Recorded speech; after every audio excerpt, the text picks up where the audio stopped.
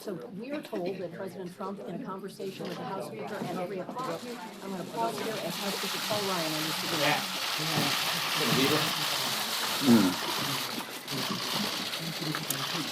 You've all heard me say this before. Moving from an opposition party to a governing party comes with growing pains. And, well, we're feeling those growing pains today. We came really close today, but we came up short. I spoke to the president just a little while ago, and I told him that the best thing I think to do is to pull this bill, and he agreed with that decision. I will not sugarcoat this. This is a disappointing day for us. Doing big things is hard. All of us, myself included, we will need time to reflect on how we got to this moment, what we could have done to do it better. But ultimately, this all kind of comes down to a choice. Are all of us willing to give a little to get something done? Are we willing to say yes to the good, to the very good, even if it's not the perfect?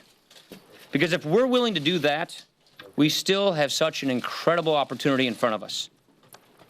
There remains so much that we can do to help improve people's lives, and we will. Because I got to tell you, that's why I'm here. And I know it's why every member of this conference is here, to make this a better country. We want American families to feel more confident in their lot in life.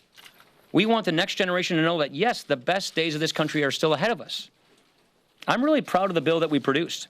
It would make a dramatic improvement in our healthcare system and provide relief by people hurting under Obamacare. And what's probably most troubling is the worst is yet to come with Obamacare. I'm also proud of the long, inclusive, member-driven process that we had. Any member who wanted to engage constructively, to offer ideas, to improve this bill, they could. And I want to thank so many members who helped make this bill better. A lot of our members put a lot of hard work into this. I also want to thank the president.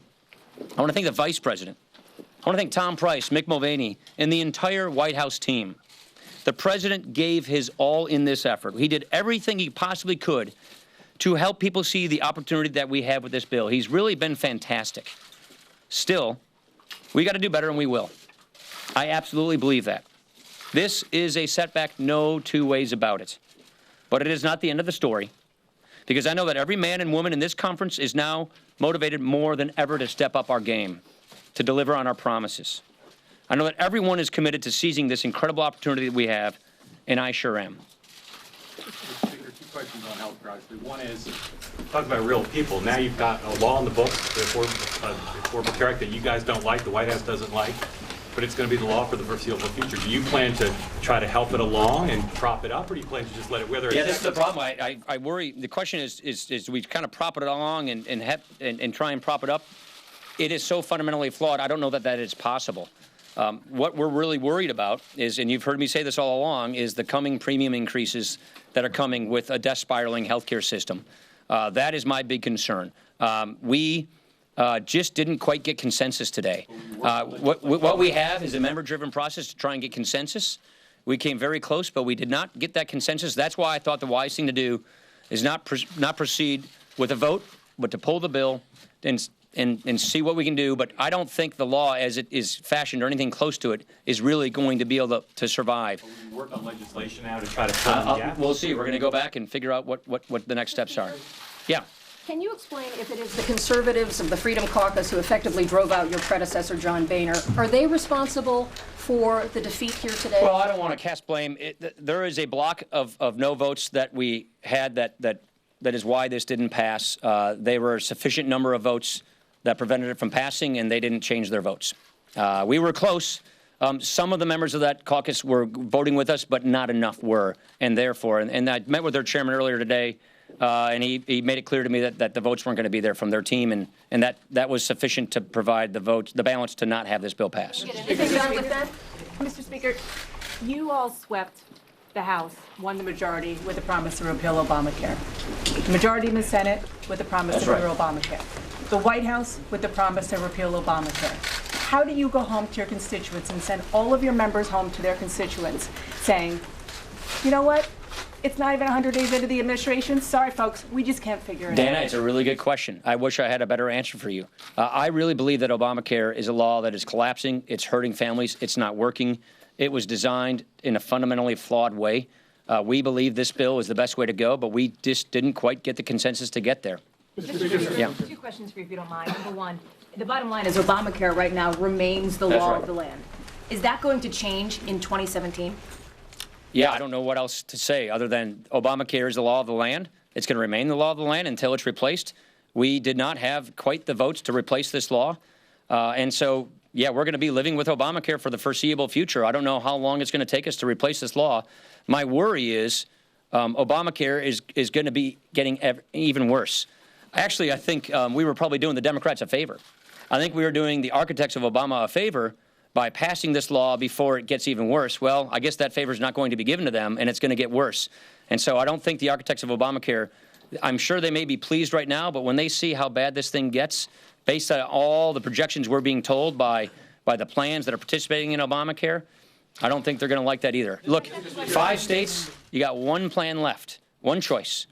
Over a third of the counties in America, one plan left.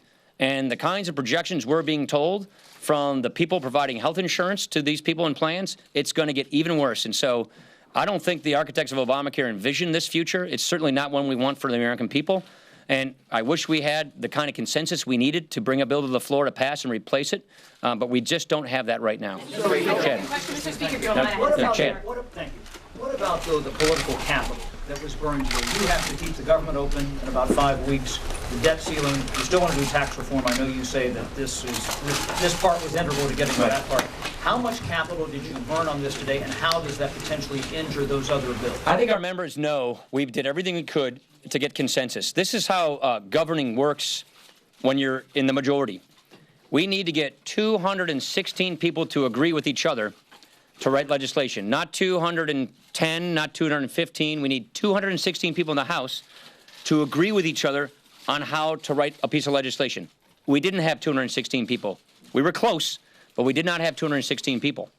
And that's how legislating works.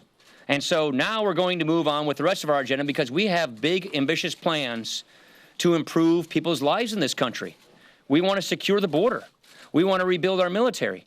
We want to get the deficit under control. We want infrastructure, and we want tax reform. To the last question you asked me about tax reform, Chad, yes, this does make tax reform more difficult, but it does not in any way make it impossible. We will proceed with tax reform. We will continue with tax reform.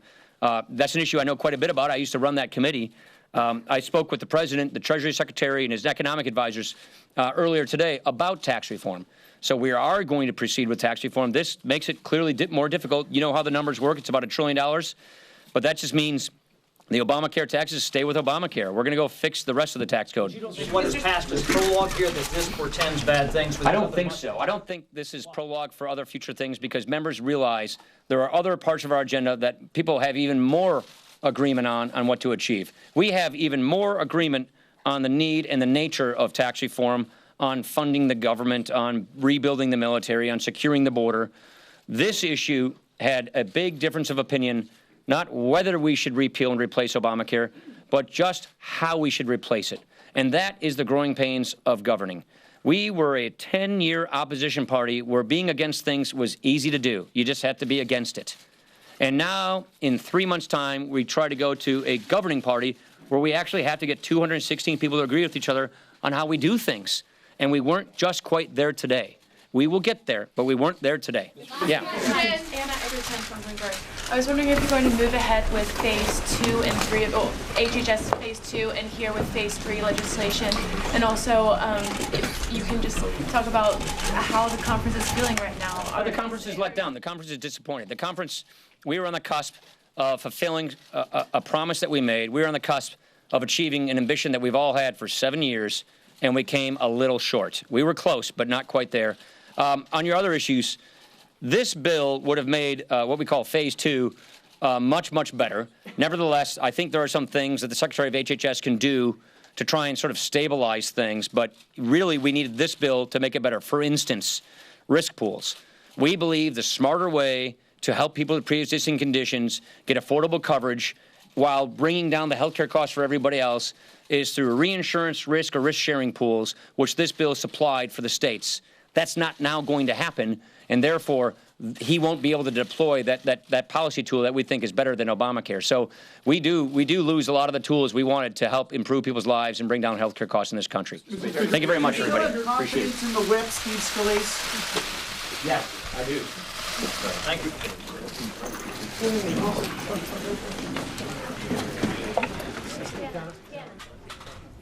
House Speaker Paul Ryan speaking to reporters at the Capitol after the Republican leadership pulled the health care replacement bill this afternoon, citing that the votes just simply were not there. Several reporters tweeting from the news conference today. Matthew Daly of the AP quoting Speaker Paul Ryan on failure of health care bill. "We came really close today, but we came up short."